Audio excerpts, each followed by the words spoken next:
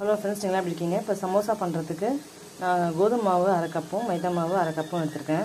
இதில் எண்ணெய் ஊற்றிக்கோங்க, உப்பு போட்டுக்கோங்க, கொஞ்சம் கொஞ்சமாக தண்ணி தெளித்து பிசைஞ்சுக்கோங்க. அதுக்கு நடுவில் உருளைக்கிழங்கு நான் வேக போட்டிருக்கேன். உருளைக்கிழங்கு பட்டாணி இருந்தால் நீங்கள் ஃப்ரெஷ் பட்டாணி போட்டுக்கோங்க. ஃப்ரோசன் பட்டாணி, ஃப்ரோசன் இல்லை, அந்த ட்ரை பட்டாணியாக இருந்தால் அது என்ன பண்ணணும், நம்ம முன்னாடியே ஊற வச்சு அப்புறமா வேக வைக்கணும். இப்போது வேக வச்ச உருளைக்கிழங்குல நான் garam masala, red chilli powder, அதுக்கப்புறம் உப்பு, லெமன், கொத்தமல்லி, வெங்காயம், அப்புறம் கரம் மசாலா, சீரகத்தூள் எல்லாமே சேர்த்துருக்கேன்.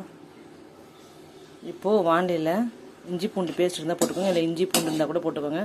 பச்சை மிளகாய் போட்டு வதக்கிட்டு கொஞ்சமாக சீரகம் போட்டிருக்கேன். இதில் இப்போ இந்த உருளைக்கிழங்கு மசாலாவை ஆட் பண்ணேன். இப்போ கொஞ்சமாக எலுமிச்சம்பழம் ஆட் பண்ணிக்கோங்க, இல்லைனா ஆம்ச்சூர் பவுடர் ஏதாவது ஒன்று போட்டுக்கோங்க. இந்த மாதிரி ஷீட் பண்ணிக்கோங்க. ஷீட் பண்ணிவிட்டு உள்ளே நான் இந்த நம்ம பண்ண உருளைக்கிழங்கு ஸ்டஃப்பை வச்சுட்டு இதை க்ளோஸ் பண்ணிவிடுங்க. நான் மைதா மாவில் கொஞ்சம் தண்ணி கலந்து வச்சுருக்கேன். இதை எடுத்து ஓரத்தில் இந்த மாதிரி நம்ம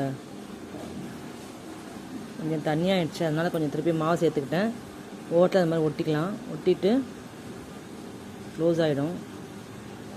க்ளோஸ் பண்ணிவிட்டு அதுக்கப்புறம் இங்கேயும் நம்ம க்ளோஸ் பண்ணிக்கலாம். இதுக்கும் கொஞ்சம் இந்த இடத்துல வச்சுட்டு க்ளோஸ் பண்ணிடலாம். இந்த மாதிரி ஒவ்வொரு ஷீட்டாக பண்ணி வச்சுட்டு எண்ணெயில் போட்டு எடுத்துடலாம். இந்த மாதிரி சமோசாவை ரெடி பண்ணி வச்சுக்கோங்க. வானிலையில் எண்ணெய் வச்சு எண்ணெய் காயட்டும்.